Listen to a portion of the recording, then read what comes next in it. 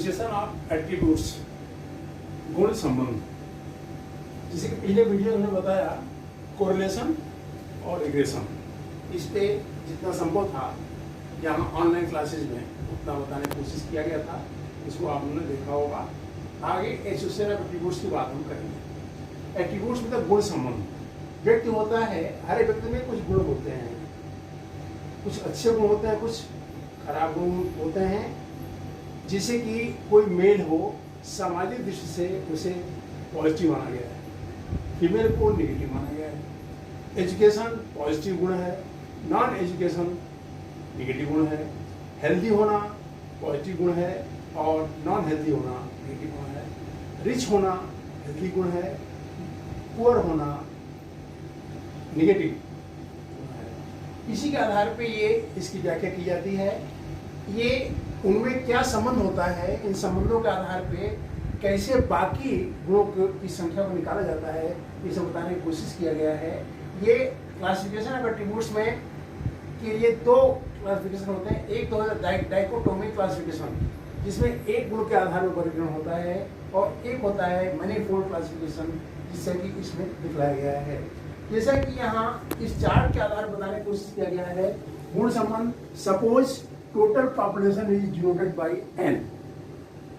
Suppose total population for anywhere is denoted by n. Suppose total population of educated persons is A.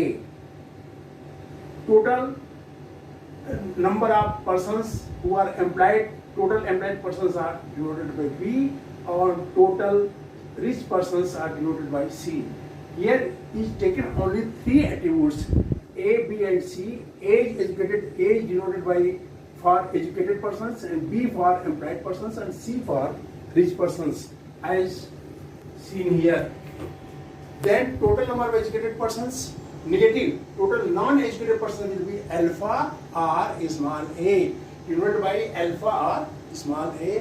All the positive attributes are denoted by capital A, capital B, capital C, capital D, etc. And all the negative attributes are denoted by alpha, beta, gamma, R, small a, small b, and small c. In writing work, we use more alpha, beta, gamma than A, B, C, etc. for precautionary purpose. Then, as seen here, total population, यदि इनको हम N, A, B, C को bracket में लिख देते हैं तो ये संख्या को बताता है। जैसे कि यदि n लिखा है, इसको हम ब्रैकेट में लिखते हैं, छोटे ब्रैकेट में, it will denoted by total number of persons for population and total number of educated persons A. यदि ब्रैकेट में लिखते हैं तो, और यदि ब्रैकेट नहीं लिखते हैं तो ये सिर्फ सिंबल के आधार पर हम बताते हैं कि इसको क्या डिनोट करता है। जैसे यहाँ इसको सपोज कर लिया है। 3 से अधिक भी गुण हो सकते हैं, 4 गुण, 5 गुण, 6 गुण हो सकते हैं, फिर यहाँ 3 गुणों तक का वर्गीकरण किया जाएगा। और जैसा कि टेबल दिखाया गया है, total population is denoted by n। Total population denoted by n। दो क्लासिफिकेशंस के हुए शुरू में, educated persons and non educated persons. Educated persons denoted by a and non educated person निश्चित will be denoted by alpha। यदि हम सिर्फ इतना को लेते हैं, टोटल पॉपुलेशन और एजुकेटेड पर्संस और non educated persons, then it will be dichotomic classification. It will be dichotomic classification.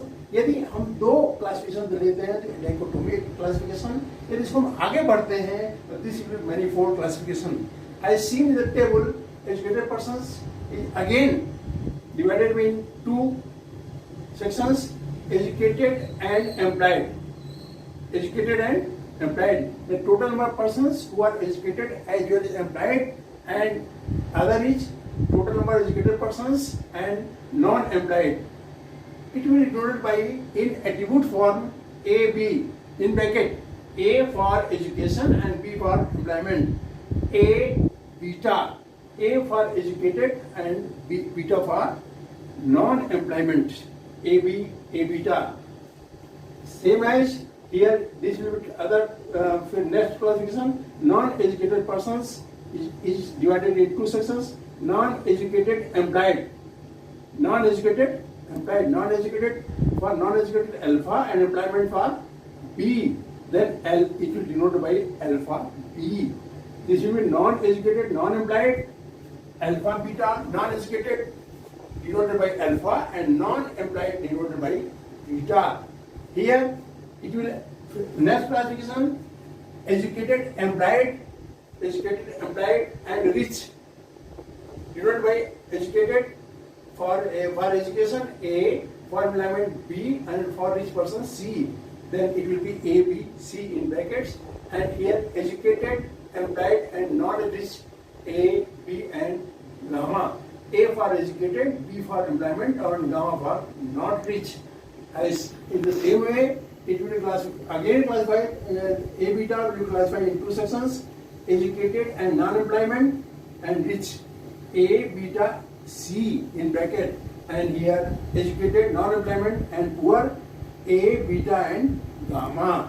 This will be non-educated, employed, alpha B will be again in two sections: non-educated, employed, and rich. Non-educated will be denoted by alpha, educated by B, and rich is denoted by C. Then will be alpha B, C. Non-educated, employed, and poor. Non-educated, alpha, employment, B, and poor, gamma. In the same way, this will be next classification: alpha, beta, non-educated, non-employment, and rich. Alpha for non-educated, beta for non-employment, and rich for C. And for rich, denoted by C. Then will be alpha, beta, and C. In the same way, non-educated, alpha, non-employment, beta, and poor, gamma. Then will be alpha, beta, and gamma. Next, repeat again. Total population denoted by N in two sections: educated persons A and alpha. Then certainly A plus alpha will be N. For example, if this is 1000 and this is 600, naturally it will be 400. Then 600 plus 400 is equal to 1000. In attribute form, A plus alpha is equal to N. If we be primary classification in the from education point of view, that N will be equal to B plus beta. Educated and non-educated will be also N. The A plus alpha will be N, B plus beta will be N, and C plus gamma will be N. Then in the same way, A is divided in two sections: AB and A beta. Certainly AB plus A beta is equal to A. If 600, it will be 400. Suppose, then it will be certainly 200. AB plus A beta is equal to 600. In the same way, it is 400, it is 150, then we do it 250. As seen that alpha B plus alpha beta is equal to alpha. In the same way, again ABC plus AB gamma will be equal to AB. अर्थात क्योंकि ये इसके दो sections हैं, इसलिए ABC plus AB gamma will equal to AB. If 400 है, if it will be suppose type 250, then it will be 150. In the same way, we see that ABC plus AB gamma will be AB. A beta C plus A beta will be A beta. Alpha BC plus alpha B gamma will equal to alpha B, and alpha beta C plus alpha beta gamma is equal to alpha B, alpha beta. Certainly, if you see carefully, then A plus alpha will be N, B plus beta will be N, C plus gamma will be N. AB plus A beta is equal to A. A and A. In these two attributes, A is common and B and beta are opposite attributes. Opposite attributes cut जाते हैं, common attribute रह जाता है. AB plus A beta opposite attributes B और beta cut गए. A बचा. यहाँ पर alpha B, alpha beta. Common is alpha, opposite B and beta. ये कट जाएगा. यहाँ से alpha बचेगा. Alpha plus alpha beta is equal to alpha. ठीक इसी तरह से ABC plus AB gamma, common AB, C and gamma opposite है, ये कट जाएगा, बचेगा सिर्फ ए बी। ठीक इसी तरह से ए beta C plus A beta gamma common, A beta ये रह जाएगा और सी और गामा कट जाएगा। इसी सिद्धांत को लेते हुए इसी आधार पे हम इसको आगे बढ़ते हैं। Alpha B C plus alpha B gamma में अल्फा बी कॉमन है, ये रह जाएगा, सी और गामा कट जाएगा। यहाँ alpha beta C alpha beta gamma common है, अल्फा बीटा ये रह जाएगा और सी और गामा कट जाएगा। आगे हम देखेंगे ultimate classes will be 2 to the power n number of attributes. यदि अल्टीमेट क्लासेस एक ऑर्डर का एट्रीब्यूट है तो ultimate classes 2 to the power 1 will be 2। तो ऑर्डर का एट्रीब्यूट है ultimate classes will be 2 to the power 2 is equal to 4। और यदि 3 ऑर्डर का एट्रीब्यूट है तो ultimate classes will be 2 to the power 3 is equal to 8। अभी हम इसको बताएंगे लिख के। Total number of classes from 0 to last one, total classes will be 3 to the power n। 3 order का एट्रीब्यूट है 3 to the power 3 27। Total classes कितने होंगे 27। ये हम अभी लिख के बताने की कोशिश कर रहे हैं और इसको थोड़ा ध्यान से आप देखेंगे तो देखने में कठिन जरूर लगता है, लेकिन यदि आपने टैग पकड़ लिया कैसे इसको आगे बढ़ते हैं, कैसे इसको जोड़ते हैं, कैसे ये आता है, तो बहुत ही easy, then it is so easy. कुछ एग्जाम्पल्स के माध्यम से इसको बताने की कोशिश करेंगे एट्रीब्यूट के आधार पर, जैसे कि यहाँ लिखा गया है, बताया जा रहा है आपको। एक एन जो टोटल पॉपुलेशन होता है उसको 0 ऑर्डर का एट्रीब्यूट बोलते हैं। 0 ऑर्डर के attribute class order, classes, number of classes. कौन कौन से 0 ऑर्डर का सिर्फ n होगा और ये है number of classes 1, only 1। First order में a, उसका अपोजिट होगा अल्फा नेगेटिव और टोटल होगा 2, यानी total number of classes is 1 + 2 = 3। जिसे क्या बताया गया था पहले अभी कि टोटल जो है 3 to the power n = 3 to the power 1, 1 वाले में होगा 3 to the power 1 = 3। यहाँ पर ये 3 आया। 2 एट्रीब्यूट्स a एंड b या a एंड c, एनी में एनी 2 में भी taken, here is taken a and b। 0 order and 1। First order a b, a का अपोजिट अल्फा और b का opposite beta, then total will be 4, a alpha b and beta, total is the 4। second order ab, a beta, alpha b and alpha beta, total will be 4। लिखने का ढंग ये ऐसे होता है कि a b दोनों लिख दिया पॉजिटिव एट्रीब्यूट्स, एक को फिक्स करते हैं दूसरे को वेरी कराते हैं। वेरी कराना मतलब उसका अपोजिट लिखते हैं। तो ए बी में ए फिक्स हुआ, बी का अपोजिट या बी को वेरी कराया तो ए बीटा, फिर फर्स्ट को वेरी कराया अर्थात अपोजिट लिखा तो ए का अपोजिट अल्फा, बी का बी सेम, एंड फिर दोनों को वेरी करा देते हैं, दोनों को बदल देते हैं अल्फा बीटा। बदलने या वेरी करने मतलब उसका अपोजिट लिखना। तो ए बी, ए फिक्स किया, बी वेरी हुआ तो ए बीटा, फिर बी फिक्स हुआ, ए वेरी हुआ तो अल्फा बी, फिर दोनों वेरी हुआ तो alpha beta. Total will be 1 2 3 4 4 and total number of classes is 1 4 4 9। Here bye formula 3 to the power 2 = 3 to the power 2 अर्थात 9, 3 to the power n 3 to the power 2 9। 3 attributes में 0 order and you have seen in previous second order।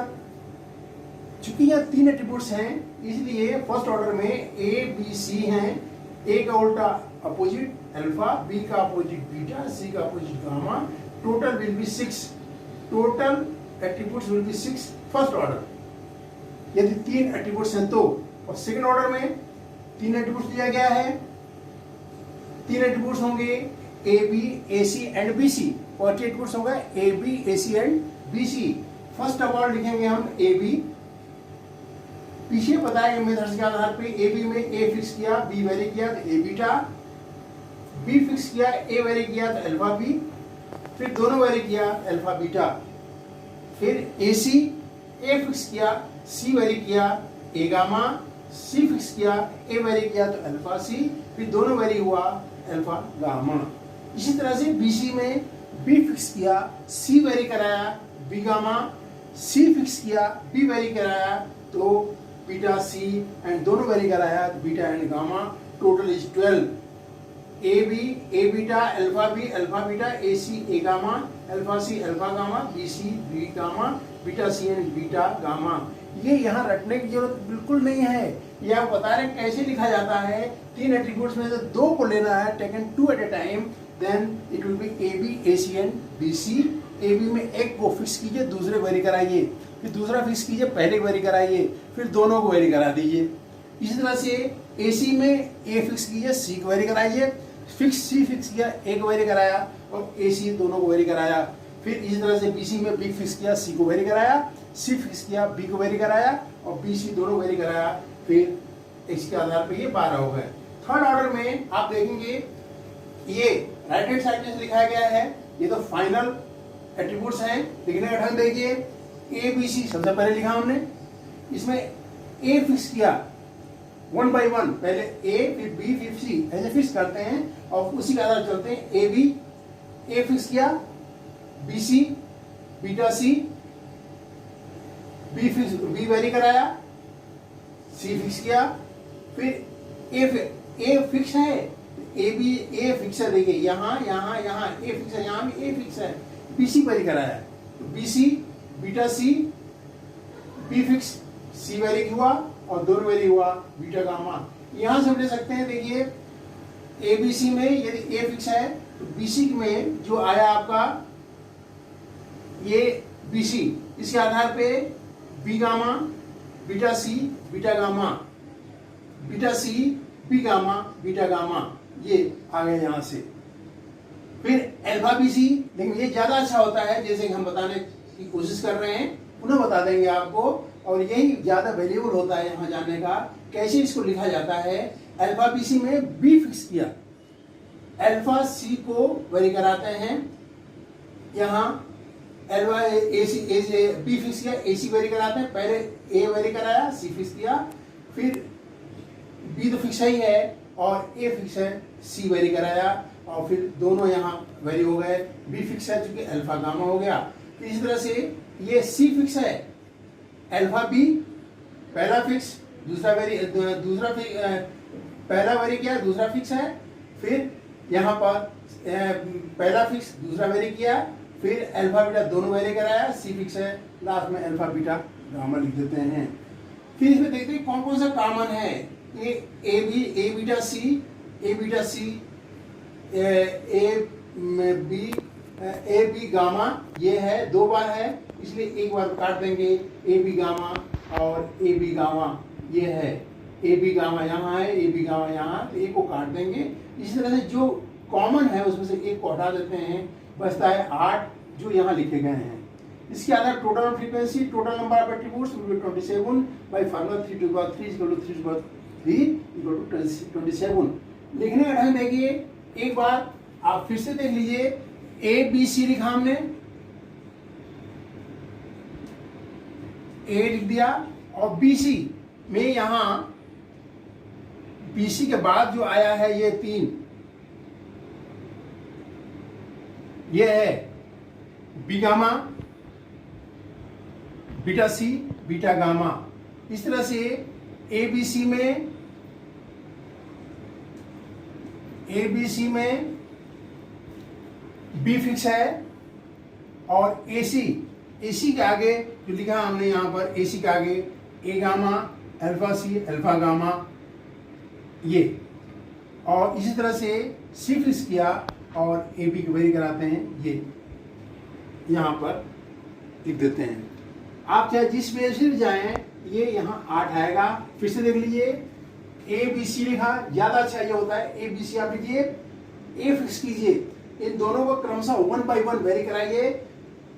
A fix है, B C में B C fix B को very कराया, फिर B fix सी को very कराया, फिर दोनों वेरी हो गए। ठीक इसी तरह से बी फिक्स बचा, ए सी में ए को वेरी कराया, सी फिक्स है, फिर बी तो फिक्स है ही है, ए फिक्स किया, सी को वेरी कराया, यहाँ पर बी फिक्स है, दोनों ए और सी दोनों वेरी हो गए। ठीक इसी तरह से सी फिक्स है, ए बी सी में ए को वेरी कराया, बी फिक्स है, फिर ए फिक्स है और सी को वेरी कराया, ये बी को वेरी करा है बीटा और फिर अल्फा बीटा सी दोनों वेरी हो गया, और लास्ट में अल्फा बीटा गामा लिख देते हैं। जो कॉमन तो उसको काट देते हैं, टोटल ये 8 आता है। तो टोटल थर्ड ऑर्डर के एट्रीब्यूट्स की संख्या है 8, total will be 27 by formula 3 to n = 3 to 3 = 27। इसके आधार पर क्वेश्चंस हैं जिसको हम आपको बताने की कोशिश करेंगे, और क्वेश्चंस को देखने के बाद आपको ये सारी चीज़ें क्लियर हो जाएंगी।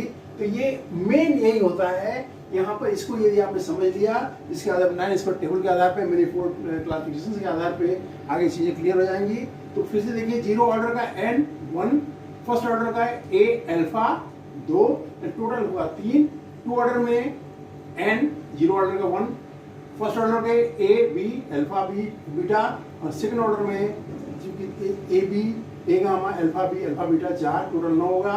3 एट्रीब्यूट्स हैं a b c, 0 ऑर्डर का n 1 होगा, और फर्स्ट ऑर्डर में a b c opposite alpha beta gamma, second order में a b a c and b c, a b and b c, a b a c and b c, a b लिखा, a fix किया, b very कराया, b fix किया, a very कराया, दोनों vary कराया, a c में a fix किया, c very कराया, और c फिक्स किया, a वेरी कराया, फिर दोनों वेरी हो गया अल्फा गामा।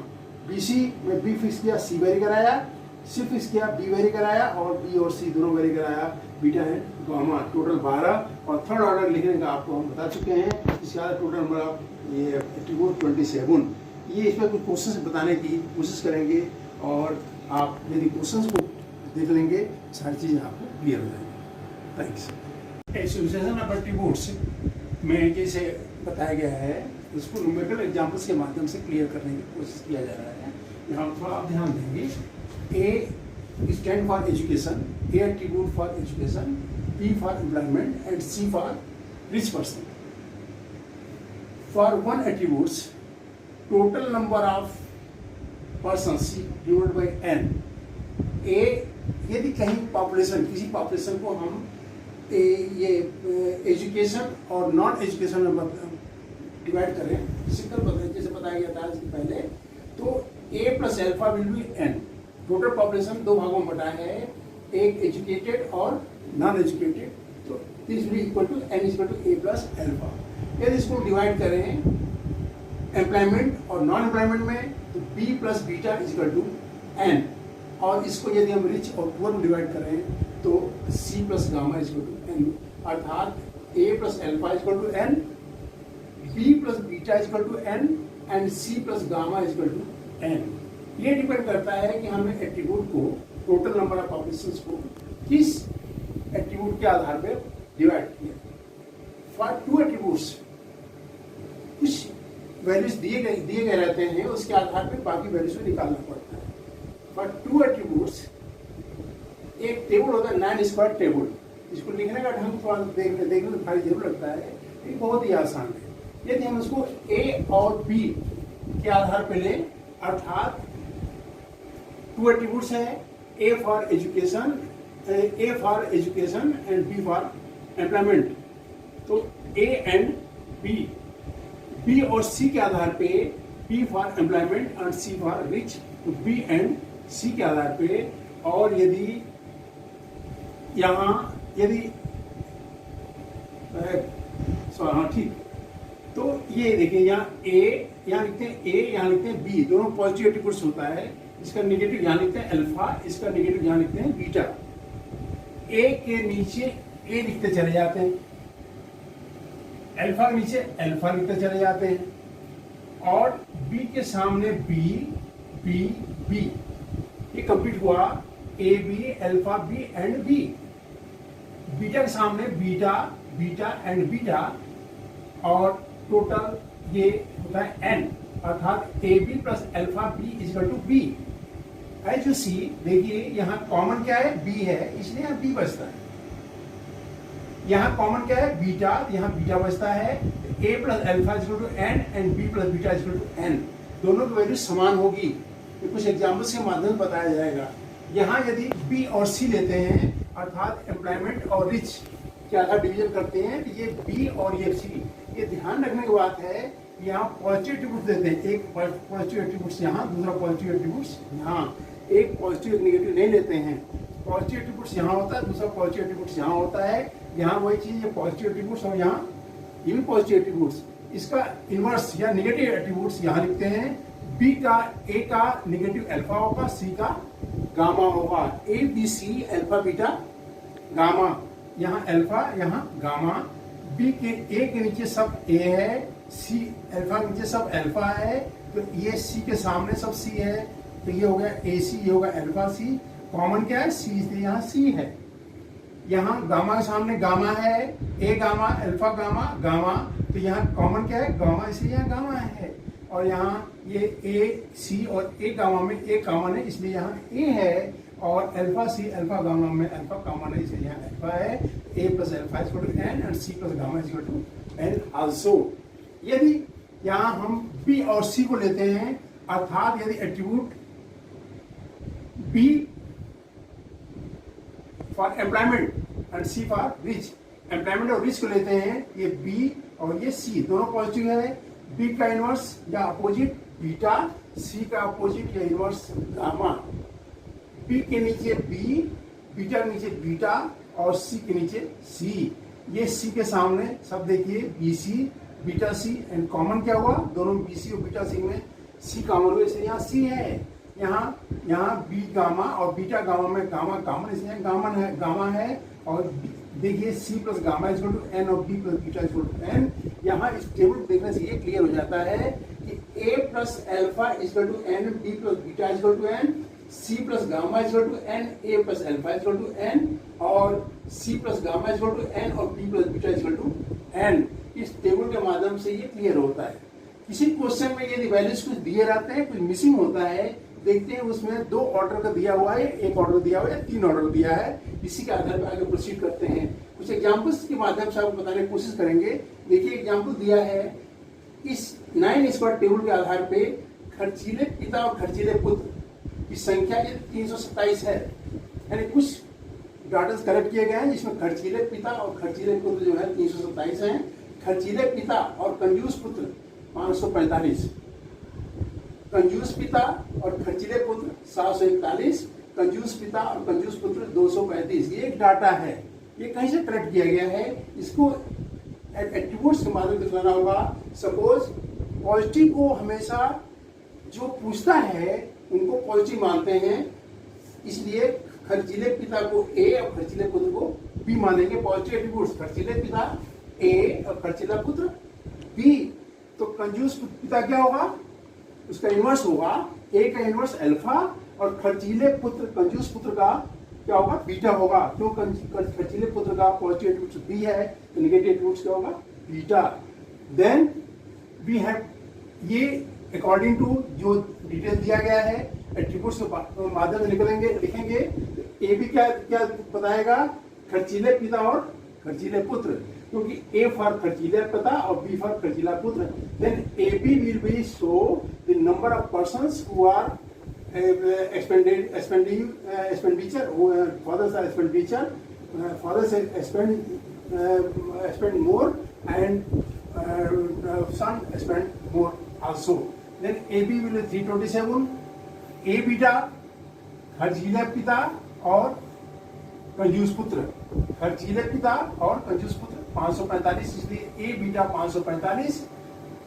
फिर कंजूस पिता अल्फा, कंजूस पुत्र beta, alpha beta 245, alpha beta 235, और कंजूस पिता खर्चीले पुत्र, ये कंजूस पिता अल्फा, खर्चीला पुत्र बी 741, अल्फा बी 741।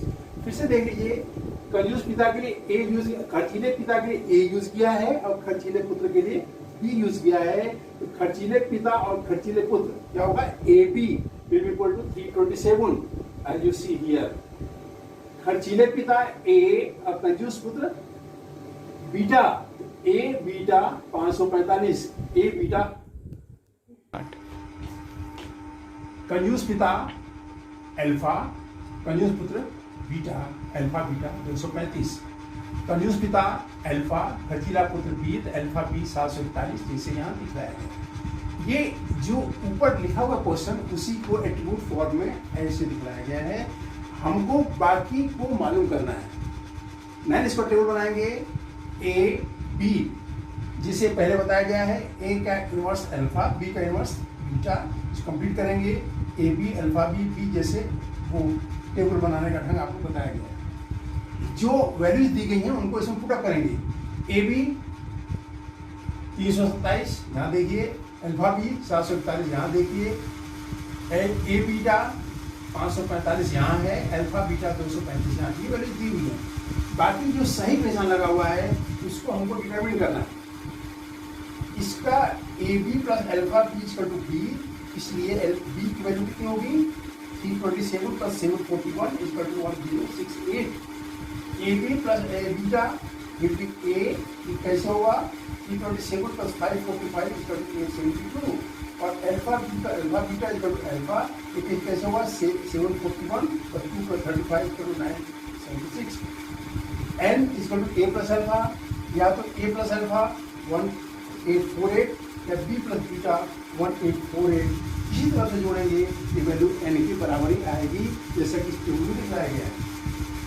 यह एक एग्जाम्पल है जो 9 स्क्वायर टेबल के माध्यम से कुछ वैल्यूज दी हुई रहती हैं, बाकी को मालूम करना पड़ता है, इसलिए इस टेबल से मालूम करते हैं। यहाँ एक दूसरा क्वेश्चन है फॉर 3 एट्रीब्यूट्स। ये 3 एट्रीब्यूट्स हैं A B C, taken 2 attributes at a time and some values are given. That's like A is given by 977, C bracket लिखा है, इसका मतलब संख्या है, C एट्रीब्यूट की संख्या, C गुण वाले लोगों की संख्या 596, B और B 1185, अर्थात B एम्प्लॉयमेंट, ये AB 453, AC 284, BC 250, ABC 127 and 12,000. Determine rest class frequencies. We have to determine rest of the class frequencies. Then how we proceed? यहाँ देखें ABC 1 ऑर्डर, 2 ऑर्डर और 3 ऑर्डर तीनों दिया हुआ है, ये ABC भी है, इसलिए इसको याद करने के लिए फॉर 3 एट्रीब्यूट्स कल बताया, जैसे बताया गया थोड़ी देर पहले, 0 ऑर्डर का n, 0 ऑर्डर को n से डिनोट करते हैं, फर्स्ट ऑर्डर को A B C और अपोजिट, A का अपोजिट अल्फा, B का अपोजिट बीटा, C का opposite gamma, then A alpha B beta C gamma, ये फर्स्ट ऑर्डर के होंगे, ये बताया गया है। सेकंड ऑर्डर के A B C में से taken 2 at a time, A B A C and B C। A B यहाँ ये कैसे होगा A B का इनवर्स बीटा, फिर A का इनवर्स अल्फा B और फिर दोनों के इनवर्स अल्फा बीटा। ठीक वही प्रोसेस यहाँ पे है। AC में A को फिक्स करेंगे, C को वेरी कराएंगे, फिर C को फिक्स करेंगे, A को वेरी करेंगे, फिर दोनों को वेरी कराएंगे। BC B को फिक्स करेंगे, C को वेरी कराएंगे, फिर C को फिक्स करेंगे, B को वेरी कराएंगे, फिर दोनों को वेरी कराएंगे, beta and gamma. Third order में ये 8 एट्रीब्यूट्स होते हैं, ये कैसे बनते हैं ये आपको बताया गया है।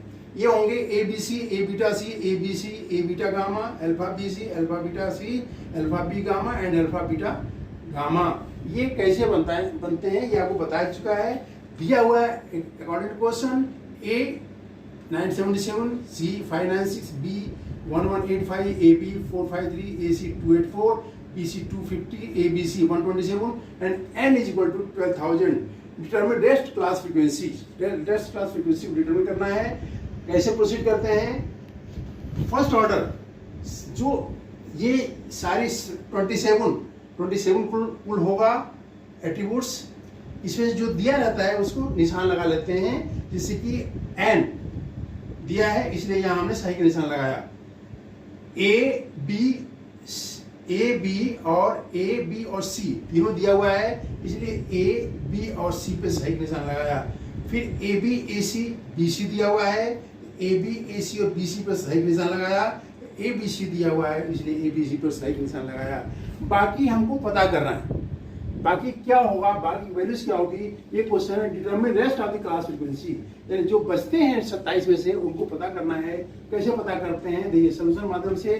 We know that a plus alpha is equal to n, b plus beta is equal to n, c plus gamma is equal to n। इसमें a b c का मान मालूम है, इसलिए एक n का मान मालूम है, तो n में से एक हटाइए तो अल्फा निकल जाएगा, और अल्फा मालूम होने के बाद a plus alpha is equal to n। इसमें beta N minus B, N मालूम है, बी घटाइए तो बीटा निकल जाएगा, C plus gamma equal to N, N में से सी घटाइए तो गामा निकल जाएगा। अल्फा बीटा गामा क्या होगा, अल्फा कैसे होगा एन माइनस ए, बीटा कितना होगा एन माइनस बी, और गामा कितना होगा एन माइनस सी। अर्थात हमको अल्फा बीटा और गामा ये मालूम हो गया, अर्थात फर्स्ट ऑर्डर के 6 के 6 एट्रीब्यूट्स हमको मालूम हो गए। फिर आते हैं सेकंड ऑर्डर पे, ए बीटा निकालना है, तो A B plus A beta equal to A, A B मालूम है, ए मालूम है, ए बीटा निकल जाएगा, अर्थात ए में से ए बी घटा दीजिए तो ए बीटा मालूम हो जाएगा। यहाँ स्थान की कमी, जगह की कमी और डिटेल लिखना इतना संभव नहीं है, इसलिए ये इसको इस रूप में बताया जा रहा है। A B plus A beta equal to A, ये कैसे होता है, अपोजिट कट जाता है, कॉमन रह जाता है, इसलिए ए बीटा हमको निकालना है, ए बी मालूम है, तो ए में से ए बी घटा दे तो ए बीटा निकल जाएगा, और जो मालूम होता जाता है उसको ऐसे निशान लगाते जाइए। फिर अल्फा भी निकालना है, ये कैसे होगा, A B plus alpha B equal to B, यहाँ पे बी में से ए बी घटाए तो अल्फा भी निकल जाएगा। फिर A beta plus alpha beta equal to beta, A beta मालूम है, अल्फा बीटा निकल जाएगा, बीटा में से घटा दीजिएगा ए बीटा को। इस तरह करके इसके सारे के सारे कुछ मालूम हो गए। फिर ए सी है, ए सी मालूम है, ए गामा निकालना है, A C plus A gamma equal to A में से ए सी घटा दें ए गामा निकल जाएगा। फिर ए गामा निकलने के बाद फिर अल्फा सी निकालना है, A C plus alpha equal to C, C common है वो रह जाएगा, और सी में से ए सी घट जाएगा तो अल्फा सी बचेगा। फिर यहाँ पे ये मालूम हो गया। फिर अल्फा गामा निकालना है, alpha C plus alpha gamma equal to alpha C, alpha common है और अल्फा गामा निकालने के अल्फा में से अल्फा सी घटा देंगे। फिर B C plus B gamma equal to B, B gamma निकालना है, यहाँ देखिए बी गामा, तो बी गामा के लिए बी में से बी सी घटा देंगे, और फिर ये निकल जाएगा बी गामा। फिर beta C beta gamma plus beta gamma, ये beta gamma plus beta gamma plus beta gamma equal to gamma, तो बीटा गामा में से बी गामा निकाल दीजिए, बीटा गामा निकल जाएगा, this is B not beta, B gamma plus beta gamma equal to gamma, इस तरह से बीटा गामा निकल जाएगा। अर्थात दो ऑर्डर के सारे एट्रीब्यूट निकल गए। ये फर्स्ट पहले कंप्लीट करते हैं, फिर सेकंड कंप्लीट करते हैं, तब थर्ड पर आते हैं। सेकंड ऑर्डर के सारे एट्रीब्यूट्स मालूम हो गए। अब थर्ड ऑर्डर के देखिए, ए बीटा सी निकालना है, A B C plus A beta C will be equal to A C. Common इसमें क्या है ए सी, इसलिए यहाँ ए सी बचा, और अपोजिट कट बी और बीटा अपोजिट कट जाएगा, यहाँ ए सी बचेगा। ए बी सी मालूम है, ए बीटा सी निकालना है, ए सी में से ए बी सी निकाल दे तो ए बीटा सी निकल जाएगा। A B C plus A B gamma, ये निकल गया आपका। ए बी गामा निकालना है, A B gamma, A B C मालूम है, ए बी मालूम है, इसमें से ए बी में से ए बी सी घटा देते ए बी गामा निकल जाएगा। ठीक इसी तरह से ये निकल गया। फिर ए बीटा गामा निकालना है, ए बीटा गामा में ए बीटा सी जोड़िएगा, कॉमन क्या बचेगा ए बीटा, अर्थात ए बीटा में से ए बीटा सी निकाल दे ए बीटा गामा निकलता है। ये प्रोसीड करने का ढंग क्या है, थोड़ा प्रैक्टिस करना पड़ता है। जो आपको डिटरमिन करना है उसको पहले लिखिए, और जो मालूम है उसमें देखिए कौन सा लिखें ताकि दो कॉमन आ जाए, जो कॉमन आ जाएगा वही बचता है यहाँ पर। इस तरह से A B C alpha B C है, क्या कॉमन है बी सी कॉमन है, यहाँ बी सी निकल जाएगा, और ए बी सी मालूम है तो बी सी में से ए बी सी घटाएंगे तो अल्फा बी सी निकल जाएगा। और इस तरह से ए बीटा सी और अल्फा बीटा सी, कॉमन क्या बीटा सी, इसमें से ये अल्फा बीटा सी निकालना है तो बीटा सी में से ये बीटा सी निकालिएगा तो अल्फा बीटा सी निकल जाएगा। अर्थात इसके आधार पर ये सारे 27 एट्रीब्यूट्स जो रेस्ट हैं वो मालूम हो गया। अर्थात इस क्वेश्चन में ए बी सी दिया हुआ है, A B A C A B B C A C ये दिया हुआ है, ए बी सी निकालना है, एन दिया हुआ है। बाकी जो 27 में से जो डिटरमिन है, जो बाकी बचे हैं वो सारे के सारे इस फॉर्मूले के माध्यम से निकाला जाता है। ये एक एग्जाम्पल के माध्यम से बताया जा रहा है कि किस ऑर्डर के एट्रीब्यूट्स आपको दिए गए हैं। एक ऑर्डर तक पूछा तो A plus alpha equal to है, B plus beta equal to C plus gamma equal to है। दो ऑर्डर तक का दिया हुआ है तो 9 इसको टेबल से निकालते हैं, और उसमें 3 ऑर्डर भी हैं तो सारे के सारे एट्रीब्यूट्स लिखते हैं। 0 order, first order, second order, third order लिखने ढंग होता है, वो प्रॉपर ढंग होता है जिसके आधार पर लिख लेते हैं, और जो मालूम होता है उसको निशान लगा लेते हैं। बाकी जो है अपने हिसाब से सेट कर लेते हैं क्या चीज दिया हुआ है, किसको क्या जोड़े, ताकि एक चीज कॉमन निकल जाए और उसके आधार पर डिटरमिन कर लेते हैं। एक इसको ध्यान देना चाहिए कि कहीं एक यदि गलती होती है तो पूरा पूरा कैलकुलेशन गलत हो जाएगा। ये कुछ एग्जाम्पल्स दिए गए हैं आपको, वो 1 एट्रीब्यूट, 2 एट्रीब्यूट और 3 एट्रीब्यूट्स के माध्यम से, और आगे फिर और बताने की कोशिश की जाएगी। कंसिस्टेंसी ऑफ डाटा, संबंधों की विश्वसनीयता। इसमें ये देखते हैं कि जो हमको एट्रीब्यूट्स के माध्यम से वैल्यू दी हुई है वो रिलायबल है या नहीं है, उनको विश्वास किया जा सकता है कि विश्वास किया जाता है ये जो डाटा दिया वो गलत है या सही है, ये इसे एग्जामिन करते हैं। For 1 attribute A may not be less than 0, मतलब किसी एक गुण के रखने वालों की संख्या निगेटिव नहीं हो सकती।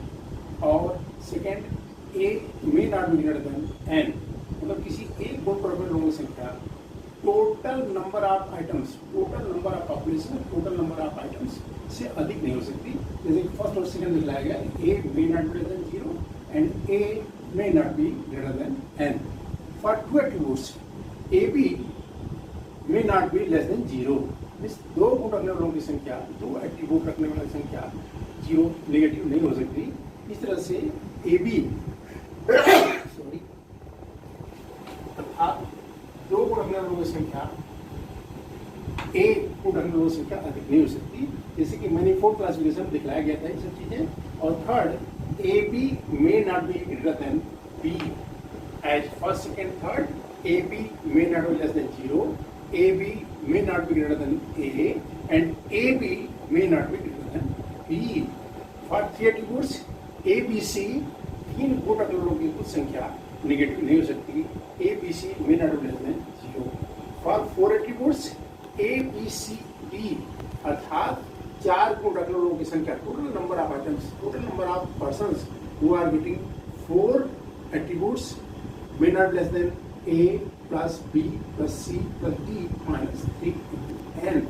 ए एक गुण रखने वालों की कुछ संख्या है, बी एक गुण रखने वालों की संख्या, दूसरा गुण रखने वालों की संख्या है, सी तीसरा गुण रखने वालों की संख्या है, और डी चौथा गुण रखने वालों की संख्या है, minus 3 into N total number of operations. इसको हम एक एग्जाम्पल के माध्यम से क्लियर करने की कोशिश करेंगे।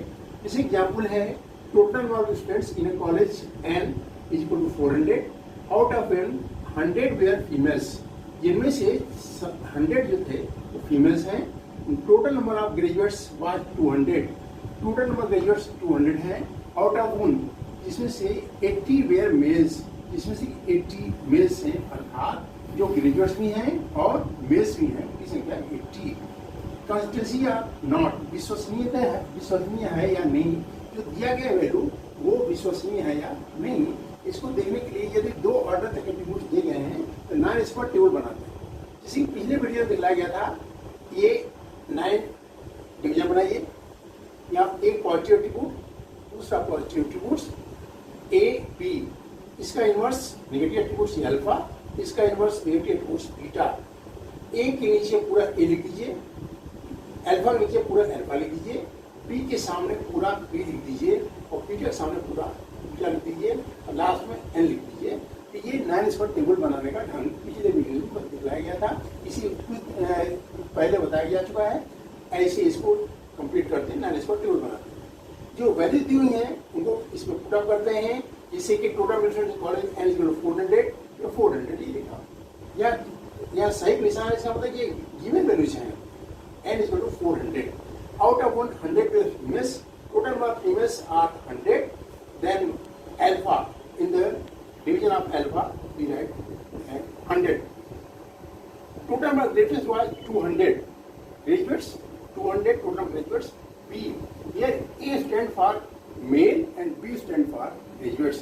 Then in the division of B, here is writing B right 200, and out of whom 80 were males, मतलब जो graduates भी हैं और males भी हैं. That's why the value of AB will be 80. सही निशान जो लगा हुआ है ये वैल्यू दी हुई है। बाकी हम कंप्लीट करते हैं। ये पहले बताया जा चुका है, ये प्लस ये A division plus A division is equal to A division.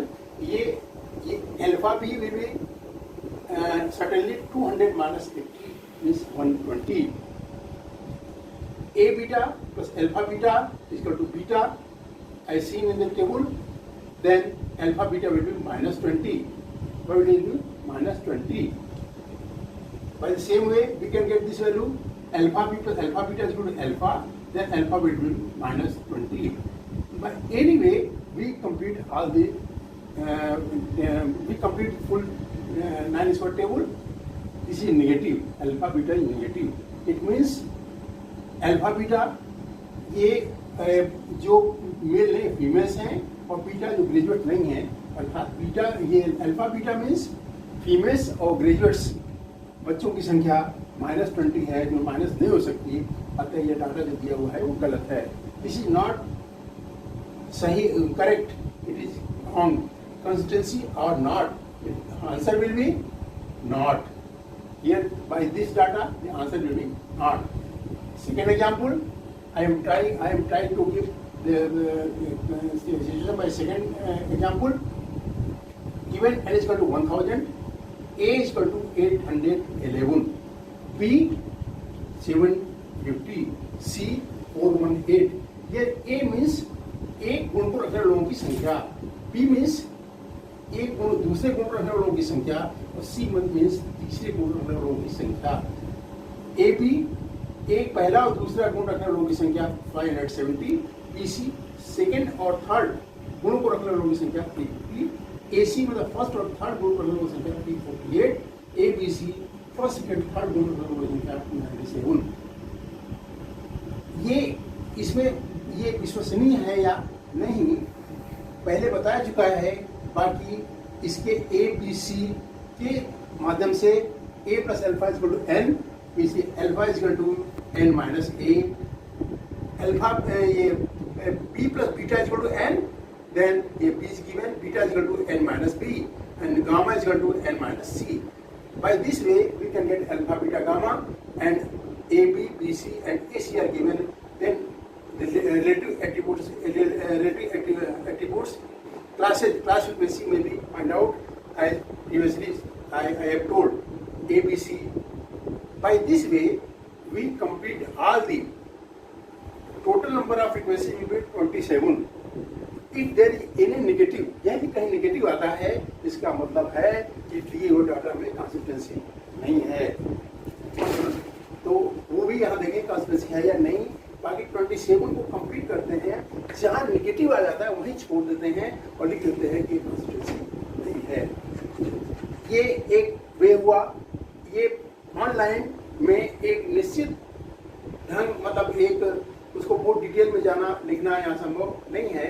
जो आपकी प्रॉब्लम है यदि आप हमसे शेयर करें मैं उसको बताने की कोशिश करूँगा. Then after that we proceed for coefficient of association. Use coefficient of association. This is very important. Coefficient of association. The way of writing for this formula is denoted by QAB. Use coefficient of association is equal to, in first bracket we write AB, then bracket alpha beta. This should be empty. I am trying to write to know how can we write it without any mental pressure. AB, this should be blank. A beta, AB and A beta, others should be blank. Opposite of this should be written here. AB opposite alpha beta, A beta opposite alpha B, same alpha beta, और this will be alpha B. जो ऊपर है वही नीचे है. ऊपर minus sign है, नीचे प्लस साइन है. इसके आधार पे वैल्यूज को निकाल कर जो दिया जाता है इसको कंप्लीट करते हैं, पुट अप करते हैं और इसको निकालते हैं. इसका इंटरप्रिटेशन वैसे ही जैसे कि कोरिलेशन का होता है. यदि इसकी वैल्यू 0 आती है तो कोएफिशिएंट ऑफ एसोसिएशन 0 है, और यदि 0 और 0.25 बीच में आता है तो ये पॉजिटिव लो डिग्री का कोएफिशिएंट ऑफ एसोसिएशन है. इसकी वैल्यू 0.25 और 0.75 बीच में आता है तो मिडिल स्तर का यूज कोएफिशिएंट ऑफ एसोसिएशन है, और यदि 1 आता है तो परफेक्ट कोएफिशिएंट ऑफ एसोसिएशन है। ठीक इसी तरह से यदि निगेटिव आता है -0 और -25 के बीच में तो निगेटिव 2 डिग्री, -25 -7 बीच में आता है तो मिडिल डिग्री एंड या मिडिल डिग्री, और -1 आता है तो perfectly negative coefficient of association. इसके आधार पर ये निकालते हैं। यदि इसको करने के बाद आपको प्रॉब्लम आती है और आप हमारे सामने शेयर करना चाहते हैं तो बताने की कोशिश करूंगा। यहाँ चूंकि लिमिट है, सारी चीज़ लिखी नहीं जा सकती, सारी चीज़ बताई नहीं जा सकती। आप यदि पूछेंगे प्रश्न में मैं इसको बताने की कोशिश करूंगा। कोएफिशिएंट ऑफ कंटीजेंसी, आसंग गुणांक, किसी गुण की उपस्थिति या अनुपस्थिति के आधार पर दो श्रेणियों में गुण संबंध एसोसिएशन ऑफ एट्रीब्यूट्स ज्ञात करने के लिए कार्ल पियर्सन महोदय ने एक सूत्र दिया, जिसे कार्ल पियर्सन का माध्य वर्ग आसंग गुणांक coefficient of mean square contingency निकालते हैं। इसी को आसंग गुणांक भी कहते हैं। अर्थात आसंग गुणांक पूछे या coefficient of mean square contingency पूछे, कार्ल पियर्सन का दोनों के लिए एक ही सूत्र है। इसके लिए उन्होंने सूत्र दिया C=√chi² upon n plus chi²। इसको chi² पढ़ते हैं। इसके रूप में होता है, ये लिखने का ढंग होता है ऐसे, u लिखिए फिर u लिखिए, ये chi² upon n plus chi², where chi² is calculated by formula summation of FO minus FE. FO means observed frequency, FE means expected frequency, whole square upon expected frequency. Here FO observed frequency, FE expected frequency.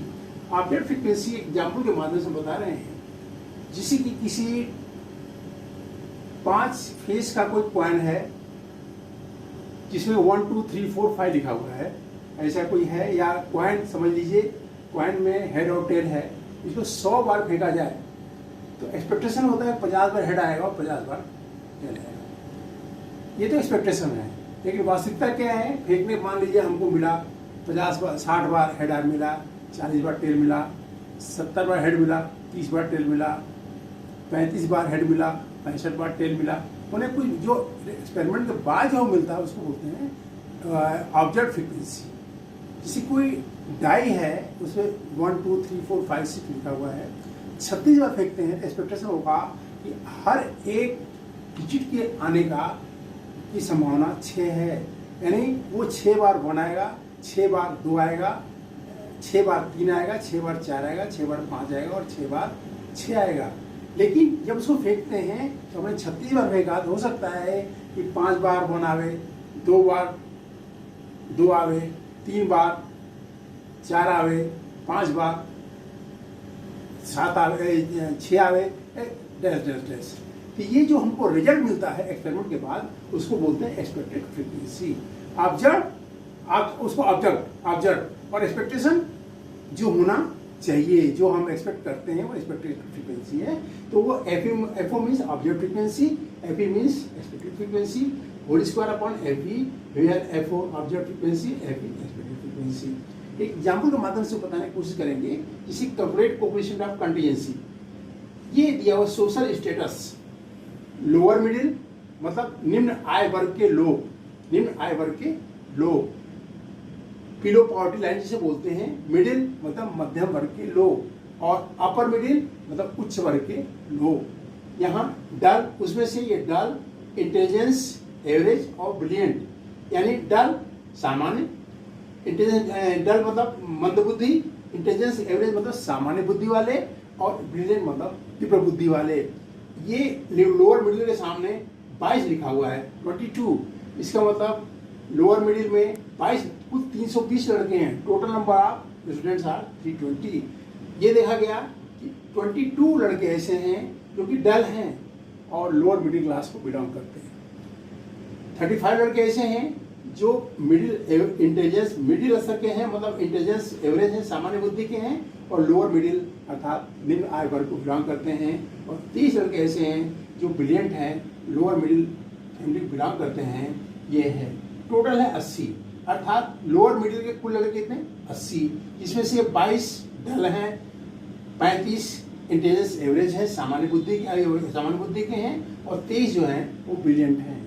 ठीक इसी प्रकार 140 लड़कों को लिया गया middle class से, उसमें से 38 ऐसे हैं जो कि डल हैं, मंद बुद्धि के हैं, 70 ऐसे हैं जो कि सामान्य बुद्धि के हैं, और 32 ऐसे हैं जो कि ब्रिलियंट हैं। ठीक इसी प्रकार 100 लड़के लिए गए अपर मिडिल से, उच्च वर्ग से, जिसमें कि 60 जो हैं वो डल हैं, 20 जो हैं इंटेलिजेंस एवरेज मध्यम बुद्धि स्तर के हैं, और 20 जो हैं वो ब्रिलियंट हैं। ये आंकड़ा सामने दिखलाया गया है। ये ऑब्जर्व फ्रीक्वेंसी, ठीक है, ऑब्जर्व फ्रीक्वेंसी यानी कोई एक्सपेरिमेंट किया गया, डाटा इकट्ठा किया गया, 320 लड़कों को इकट्ठा किया गया हर वर्ग के लोगों से। लोअर मिडिल स्तर के ये 80 लड़के हैं, मिडिल के 140 लड़के हैं, अपर मिडिल के 100 लड़के, एक टेबल में दिखलाया गया। ये ऑब्जर्व फ्रीक्वेंसी। एक्सपेक्टेड फ्रीक्वेंसी निकालना होगा, क्यों कि कोएफिशिएंट ऑफ कंटीन्यूटी निकालने के लिए C is written by chi square upon n plus chi square as formula show, chi square upon n plus chi square, अर्थात C तभी मालूम होगा जब हमको chi square मालूम होगा, अर्थात सबसे पहले हमको chi square निकालना पड़ेगा, अर्थात FO minus FE whole square upon FE, इसकी सहायता से ये कैलकुलेट करना पड़ेगा आपको।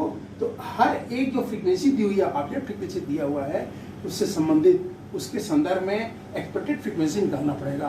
एक्सपेक्टेड फ्रीक्वेंसी निकालने का ढंग ये है, लोअर मिडिल के सामने जो टोटल है 80, डल के नीचे है 120, अर्थात लोअर मिडिल के सामने 80 इंटू डल के नीचे टोटल 120 अपॉन ग्रैंड टोटल, अर्थात फार्मूला क्या होता है, ये यहाँ होगा 80 गुणे 120 बटे 320।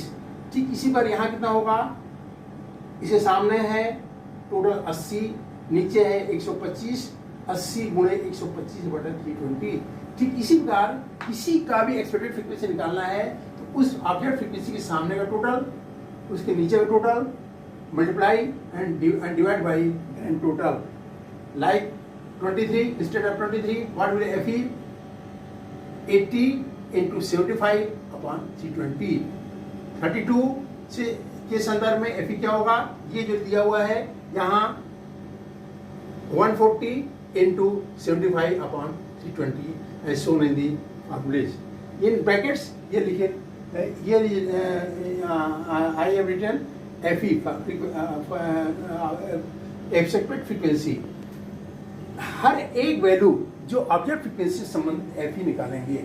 FE निकलने के बाद उसको कैलकुलेट करेंगे chi स्क्वायर से, FO minus FE whole square upon FE upon FE, object frequency minus expected frequency upon expected frequency, ये होल स्क्वायर करके उसका टोटल करेंगे। जैसे कि यहाँ होगा 22 minus 30 upon whole square upon 30, ये होगा। यहाँ होगा FO 35 minus 31.25 whole square upon 31.25। हर एक वैल्यू ऑब्जेक्ट फ्रीक्वेंसी संबंधित FE जो निकाला गया है, FO में से FE हटाइए, उसको स्क्वायर कीजिए, उसमें FE का भाग दीजिए। हर एक वैल्यूज के अलग अलग निकालना पड़ेगा, और निकालने में इसको टोटल करते हैं।